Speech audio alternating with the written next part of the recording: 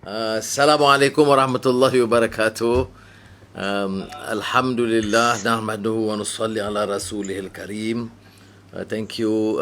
Terima kasih Saudara Fauzan, Profesor Osman, PPFPM, PPAS dan juga IIIT. Ini saya jelaskan peringkat awal, saya ini bukan ahli falsafah. Cuma sahabat Saudara Osman yang memberikan sutikan pandangan tentang falsafah sejak dia di Philadelphia memberi kuliah kepada saya tentang Al-Biruni pada ketika itu. Tetapi saya melihat falsafah ini untuk memudahkan sebagai kerangka besar. Kita bicara soal ekonomi, soal politik, soal masyarakat, soal sejarah, soal kehidupan tanpa suatu pegangan besar. Jadi kerangka besar ini penting. Umpamanya kita tentukan orang itu baik atau tidak kerana derma kepada kita, tanpa merujuk kepada etika dan moral dari sumber derma. Ada orang dikatakan sangat mulia kerana dia umrah setiap tahun, tetapi jirannya terlantar, kelaparan atau tahap pendidikan yang sangat lemah, ataupun sumbernya itu dari kehilangan bala yang dicurinya atau dirompaknya. Jadi sebab itu kerangka falsafah ini yang bersandarkan etika yang dibicarakan sejak zaman lampau sehinggalah kebangkitan Islam. Malah di barat sendiri pun bila kita bicara umpamanya jatuh bangun Empire Rome, itu juga terkait dengan kekuatan atau kehilangan atau terhakisnya akhlak, walaupun mungkin penafsirannya itu juga berbeza dari persepsi Islam. Tetapi yang nyata ialah kehilangan nilai dan moral. Sebab itu umpamanya bila ada perkembangan, ini pernah dikupas secara lebih mendalam oleh Hussein Nasr, bila ada perkembangan umpamanya penolakan falsafah secara menyeluruh di kalangan masyarakat Islam, terutama di kalangan sunnah wal jamaah, kerana pengaruh yang kental dari Hujatul Islam Al-Ghazali bila menolak yang kita sebut tahafut al-falasifah. Walaupun ada dialognya tapi tenggelam, Ibn Rushd dengan tahafut itu tenggelam. Itu yang dibahaskan seperti mana lebih mudah kita baca Al-Muqidh bin Adhalal, Deliverance of Error, itu lebih mudah untuk memahami bahawa yang ditekankan ialah sebenarnya kehilangan nilai kerohanian dan etika. Jadi kebimbangan Al-Ghazali itu berasas, tapi bukan bermakna kita menolak kerangka besar falsafah dalam hidup. Jadi sebab itu saya lalukan kerana tentunya persatuan falsafah ini boleh menghidupkan balik, ya, kerana ada ketandusan. Ada orang mengatakan ini too philosophical, not realistic, not relevant. Jadi ini menyebabkan ada keengganan kita bicara dan mengkaji falsafah kerana dia bukan lagi utilitarian dari segi bidang pekerjaan. Jadi mahasiswa tidak digalakkan. Padahal pada hemat saya, kerangka besar, walaupun kita tak guna istilah falsafah, kerangka besar pemikiran itu harus ada yang terkait dengan soal agama, soal akhlak, soal nilai. Jadi oleh yang demikian saya anggap kalau kita lihat umpamanya sekarang dalam perbicaraan tadi disentuh tentang COVID-19, permasalahan ekonomi, ya, yang dibahaskan, ya, kegagalan sistem kapitalis. Kalau kita baca Reconstruction of Religious Thought in Islam oleh Muhammad Iqbal, katanya pertembungan kapitalisme dan komunisme atau sosialisme itu adalah pertembungan di antara apa yang disebut pertembungan budaya yang sensate, budaya yang materialistik, ya. Jadi agak terkeluar daripada konsepsi falsafah kita, kerana yang kita mahu tekankan semula adalah sistem ekonomi yang berakar kepada nilai Dan nilai ini tidak boleh lari dari apa yang kita sebut tentang kebenaran, tentang keadilan dan tentang kesejahteraan. Jadi apa dia arti kemajuan atau pembangunan tanpa keadilan, tanpa kesejahteraan dan terus memikirkan masalah umat yang lebih ramai. Ini bagi saya penting untuk kita hujahkan supaya orang bicara soal ekonomi ini tidak hanya dari segi angka pertumbuhan ataupun pelaburan asing, tetapi dari sudut konsep yang boleh menjamin keadilan, kesejahteraan, kerana sumber yang diperoleh itu harus diagihkan secara adil dan bersama. Ini sekali lagi saya katakan perlu kita bawa semula sama ada konsepsi dari yang berakar kepada ahli ekonomi Islam atau juga yang barat seperti John Rawls yang banyak bicara tentang distributive justice, yang sebenarnya bukan ekonomi per se tetapi ekonomi yang terkait dengan etika dan moral yang menyebut tentang yang memperlihatkan kesungguhan kita berbicara kerangka besar the philosophy of economics, seperti juga philosophy of education. Kita tengok umpamanya, I think I need to move on to English, I suppose, in regard for the participants, particularly from overseas. My apologies because my intro was a bit extended in Bahasa. Now, I was stressing the importance of philosophy, which I sometimes term in a popular sense the broader outlook, because when we discuss economics or politics, education or history, is always a very practical consideration without regard to the broader view on values and ethics. We had a problem.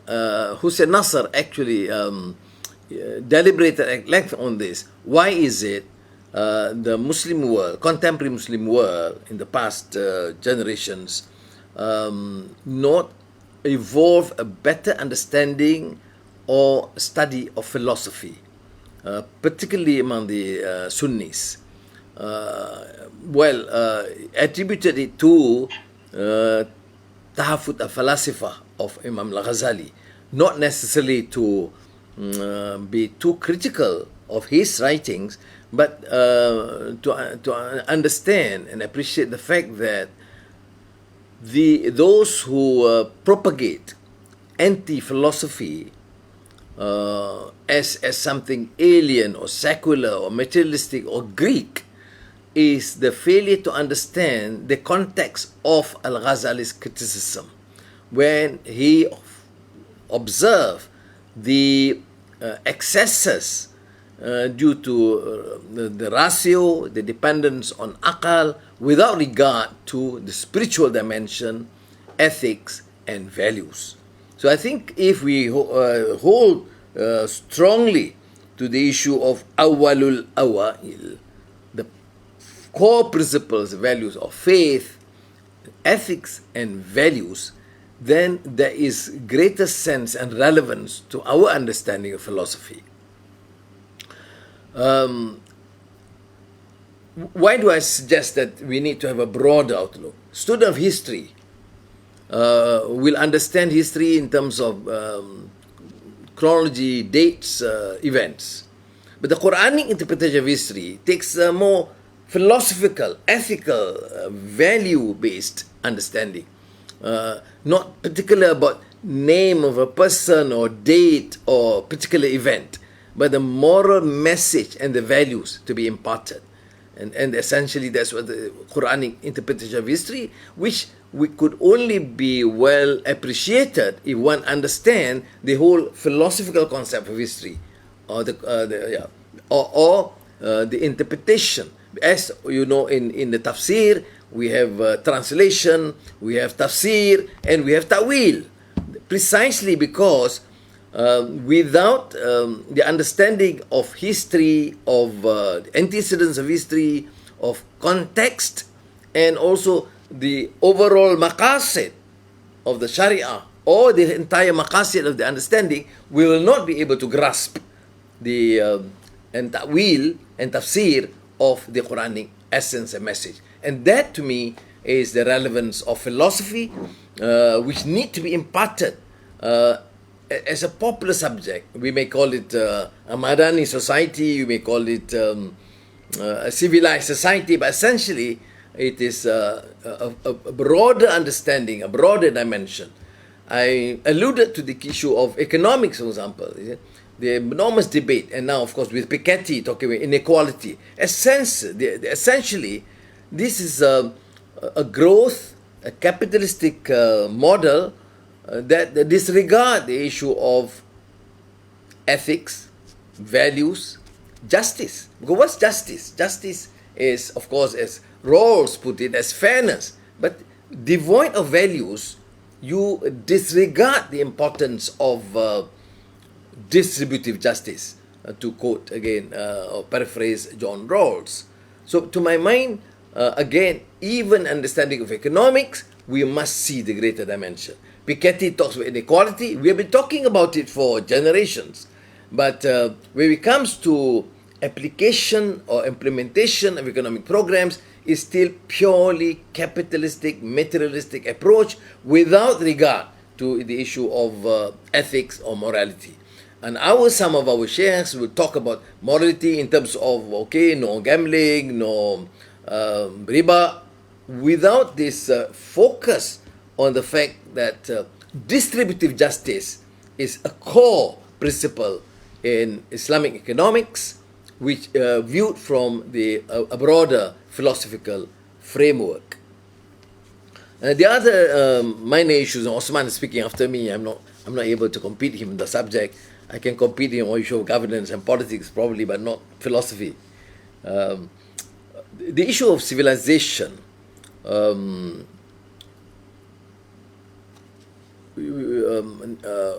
Muslims, among the Chinese, among the Indians, there's of course the great troves of nostalgia, okay?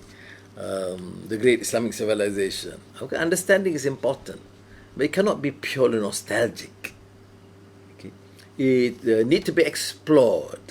For Malaysians, for example, because we live in the multiracial, multicultural society, a Muslim understanding of Islamic civilization is fundamental, but our understanding of Chinese civilization, Indian civilization, is equally important, other than understanding Western civilization.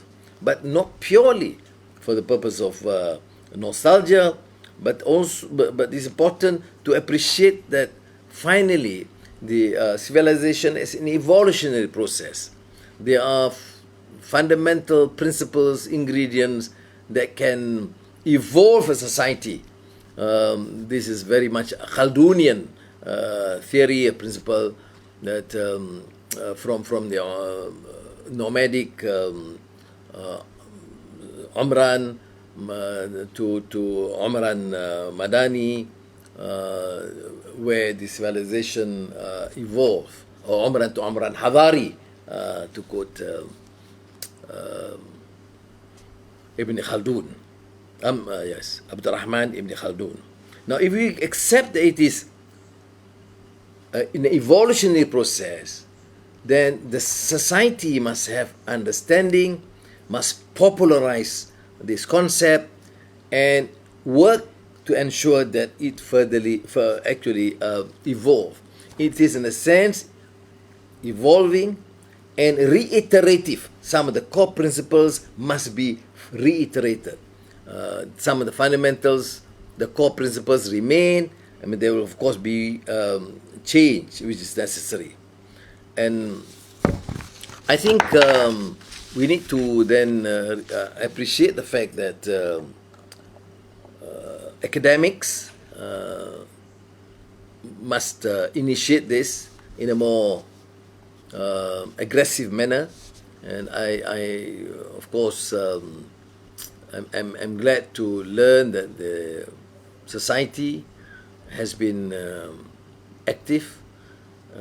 It's not really popular compared to economic society or some political parties, but viewed in the societal context, in civilizational context, this sort of academic endeavor to initiate, to encourage a better understanding, it is really critical to my mind. Now, I get back to, for example, issue of the broader framework of understanding, which is essentially philosophy. And I want to bring back to the issue of economic because we are so engrossed with economic issues, particularly the period of the COVID-19 pandemic. But even in our schools and our universities, talking about Adam Smith, I'm always reminded them, look, Adam Smith writings is not only Wealth of Nations, of pure crude capitalism. I was reminded by Professor Thompson in one of our dialogues. Emma is, of course, the wife of Amartya Sen, who reminded me that even in Wealth of Nations, Adam Smith mentioned the word inequality 17 times. But we will not be able to understand the philosophical construct of Adam Smith without reading the theory of moral sentiments. And the theory of moral sentiments by Adam Smith is hardly read in universities. But that prepares, or at least forms, the core principles of his late economic outlook. Because theory of moral sentiments talk about the issue of justice, about morality, about no oppression, which must be highlighted. Otherwise, is somewhat condoned. So that is why we bring back to the issue of philosophy with ethics and values, and more so as Muslims, if you look at the Islamic groundwork, when you talk about governance and political system, economics, or even understanding of our own history, the core principles of ethics and values cannot be discarded. So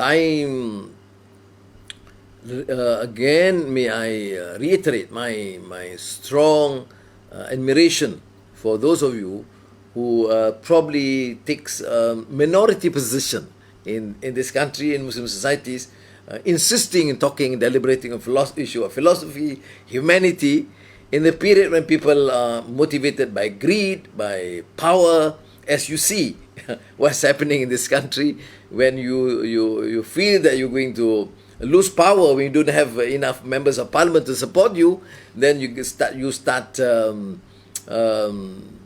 asking for emergency rule. Ridiculous, unfortunate, but why? Again, this is politics devoid of ethics and morality. This is politics devoid of any understanding of the philosophy of growth, philosophy development, or what governance entails. May Allah give us a strength and pray for us. We are now in Malaysia in very, very critical time, particularly in terms of the issue of governance, and inshallah truth and justice will ultimately prevail. Thank you again to colleagues who has taken this initiative, and I must say that I'm quite impressed by the numbers of the more impractical guys who realize that philosophy, humanity must be well understood in the world where materialism and the need of today becomes more prominent and demanding. Thank you again. Wassalamualaikum warahmatullahi wabarakatuh. Waalaikumsalam warahmatullahi wabarakatuh. Thank you Yang Berhormat Datuk Seri Anwar Ibrahim for the opening speech just now. So ladies and gentlemen, we will continue the ceremony with a keynote address by Professor.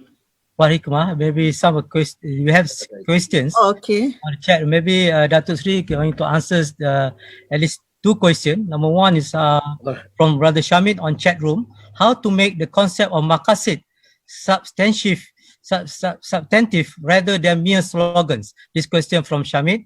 And Nurul Balkis, what is the real definition of reform in your understanding, and is it compatible with Islam? In what sense? Thank you. First two questions. Well, firstly, issue of maqasid is looking at the higher objectives. We talk about hudud or sharia or economics without looking at the broader principles. To me, how do you then apply it? I mean, firstly, it has to be clear understanding. You see, the teaching of religion, teaching of economics, teaching of history need a re-evaluation, precisely because we want to ensure that the maqasid, the ultimate objectives, are well understood. Look at the way the masses understand Islam. How do you evaluate and assess Muslim role or relevance? You can see the debate sometimes. How the issue of intolerance, issue of racism, really confusing because we look at details without looking at the broader picture. And I mentioned, of course, in the Quranic interpretation, why we talk about again translation and tafsir and ta'wil, why we talk about asbabun nuzul, why we talk about text and context. But these are important. But I think some of the brothers here, professors, could deliberate further. But the issue of reform, when I initiated this in 1998, this was the Quranic text, in uridu illa al-islah mastata', that Nabi Allah Shu'aib alayhi salam, in his attempt and his prayers, that I will do and endeavor to change and undertake islah and reform to the best of my ability. Meaning always to do something better. In law, reform means a judicial independence. But reform also means laws that are just. You can have very good judges but very poor laws. You can have very good laws and rotten judges. So I think that is why I think in the reform must be overall, I mean, encompassing. Look at the issue of economics again. You talk about how do you initiate reform. We want to encourage foreign direct investments. That Malaysia, for example, in most of our countries, should be an attractive destination for foreign direct investments. But is it for growth? Is it for numbers? Or is it to ensure that the issue of justice must prevail? For example, the rules must be applied. Whether the application, the approval is through corruption or bribery, whether you do this to enrich the few at the expense of the majority. These are, to me, fundamental principles which need not necessarily be confined to the Muslim viewpoint, but if you in many of our discourses, even with the West, I mean, Osman and the rest who are familiar would understand that some people in the West have stronger views on economic justice than the so-called Muslim scholars, which is, to me, unfortunate, because our economics has been so engrossed in the issue of, I said, riba and zakat, which of course are core, but then they miss also the equally important issues of justice, of inequality, which is more confounding and critical to the Muslim world than the rest. And so you can see the gross inequality, the grinding poverty in Muslim world has been more challenging, which takes us to the point that we actually need to do more and think aloud this issue of reform more than other societies. An issue of politics and governance, is worse, of course. Politics, they say now members of parliament is decided not on his values or principles or policies, but on real monetary value. This is actually gives what I used to quote Thomas Herman Kahn a long time ago when I decided not to be active in politics. I said politics was becoming an uncharismatic, low moral profession. Now that I'm in politics, my God, I'm riddled with this issue of uncharismatic, low moral profession. How to make it more charismatic based on values, how to make sure that it is not a low moral profession, but be judged by your principles and values. Of course, it is the art of the possible in limited sense. We need to meander, you need to negotiate, but there are some core values that you cannot compromise. So what I mean by reform is a societal reform. Is the country must reform. The quality of education, the role of civil society, the role of governance, economic policies, educational policy. You must allow for this sort of reform in order to alleviate and enhance the capabilities of society. Terima kasih.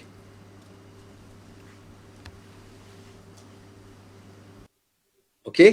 Okay, so Aristobuhan from from ISTEC actually. How do we inculcate the love of philosophy in a school when we do not have enough educators on the matter? Will it take a generation for this to happen? And if so, will it to be too late? Given the fact that we live in the highly competitive world, how can we take a step back and appreciate the effort, the moment of realization of cognizance? Another question from by Haki from Brunei.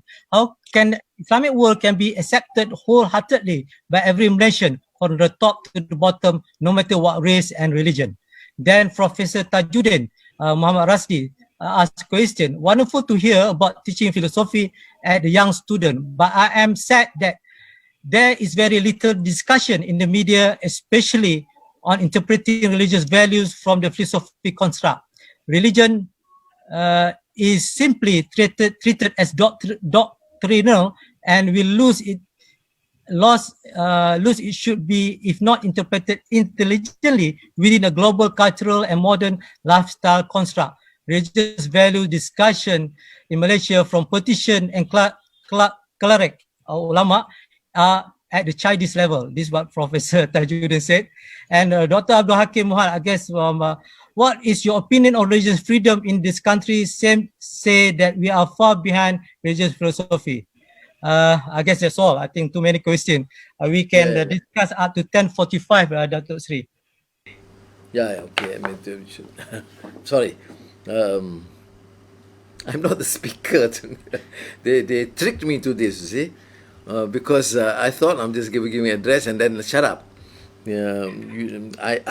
I fully acknowledge that certain areas that I have some limited competence in some areas that I don't. So I will just respond to things I can. How do you teach philosophy and make it interesting? It depends on teachers. I think the association must deliberate further.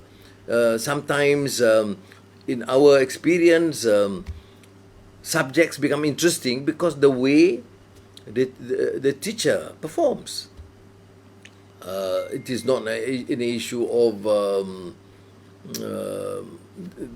dry subject, but also how I find some teachers can even make mathematics interesting.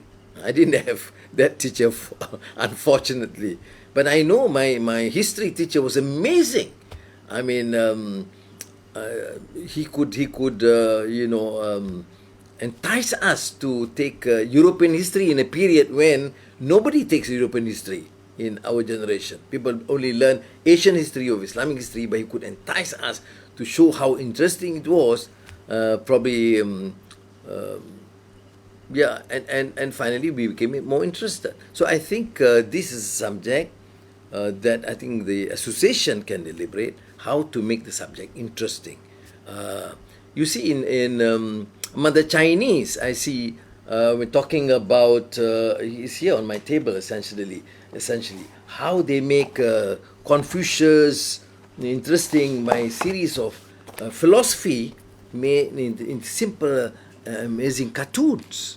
Then you have this Romance of the Three Kingdoms, one of the Chinese classics, and how they make it so interesting by having these stories in comics.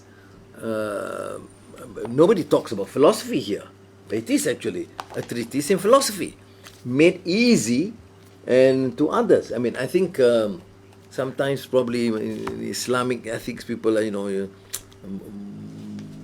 more, I should say, circumspect into making this, but I think it is important. Even, I mean, I do it. I must admit that, after reading Confucius and Romance of the Three Kingdoms, sometimes a form of relaxation, I will look at these comics, which I think Professor Osman would be shocked, but that is the truth. Sometimes and these are real quotes, mind you.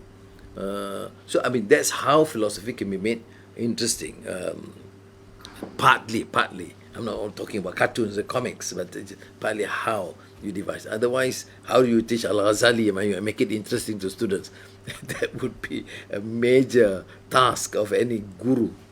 Now, the brother Brunei asked about understanding Islam. Is true, because this whole crux of Orientalism, I may recall this, when Edward Said wrote Orientalism, one of the known Israeli scholars, Martin Kramer, if I'm not mistaken, wrote in a critique of Edward Said to suggest what? He said, this book, Orientalism, because it was a devastating critique of Orientalism, or in the West, the prejudice against Islam and virtually the developing world, the view that we in the West have this monopoly of civilization, the rest are the other. So Martin Kramer said that this book was not just a tour de force, but was so effective in provoking the intellectuals to rethink about the whole idea of Orientalism and Islam and the Arab world, to the extent that Martin Kramer suggested that this book was more compelling, dangerous, effective than the Iranian Revolution. Can you imagine? One book, Orientalism, according to this Jewish scholar, was more effective than the Iranian Revolution. Now, which comes to mind, as our brother from Brunei asked, the issue is tough because the prejudice is real. I mean, I talk to friends, and the lack of understanding, the prejudice, the ignorance is shocking. Again, to quote Edward Said, when he talks about it's not a clash of civilization of Huntington, but it's a clash of ignorance. This huge ignorance of the West, again, about Islam and about the other, but it's also, to an extent, lack of understanding and quite ignorance on our part in the Muslim world about the West. It is homogeneous, it is one. So it is important, therefore, to inculcate that understanding. How do you do it? I mean, this is one of the methods. We write, we deliberate, we have seminars, we encourage all to participate, Muslims, non-Muslims, without prejudice, and this is, to me, critical. Brother Tajuddin, I think the issue of philosophy was not very clear, the question, but I think philosophy, how to encourage the further discourse, and how about the religious view, I'm not sure, but you mean to say that some of the clerics may not support this notion? I think, to my mind, leave the clerics alone. I mean, some of the traditional scholars, at times have problems not only with this the party, Islamic party, in terms of how they view. They think that we are too liberal. What's so liberal?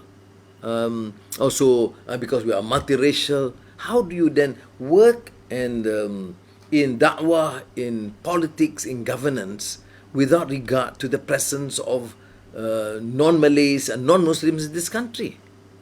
Or, for that matter, how do you talk about a global order without regard for the Chinese or the Arabs or the Indians or the Americans or the Europeans? So how do you then encourage this sort of discourse? I think, Professor Tajuddin, you realize that it also begins with our understanding. Our students have also the need to understand the other. Because when I was, having some relation with the IIU then, I suggested that we always condemn or criticize the West for not having enough effort to objectively understand and study Islam.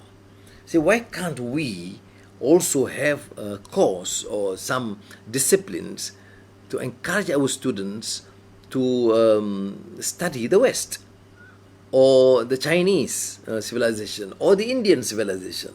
Then it would be morally acceptable for us to then be more critical. And when we study Chinese civilization and let the Chinese articulate their own views, it's not just from our point of view and the prejudice against them. That I did encourage in our universities to undertake this. Then in our dialogue with the West, we say, look, at least we have this effort done. Dr. Hakim, I'm sorry, regarding religious freedom. Well, there is, compared to many societies, we have religious freedom, but I think it is quite a challenge here. You have seen from time to time incidents against churches or Hindu temples. If they have been constructed according to the laws and the rules established in this country, we must give them the protection and respect. There was an incident in the old government in the state of Selangor where when they demolished a 100-year-old temple, and then I took a stand that that's wrong, that was wrong, and you need to allow them to install. Of course, many complain and say, look, not in India. Hindu fanatics have done so much harm to Muslims, including the Babri Mosque.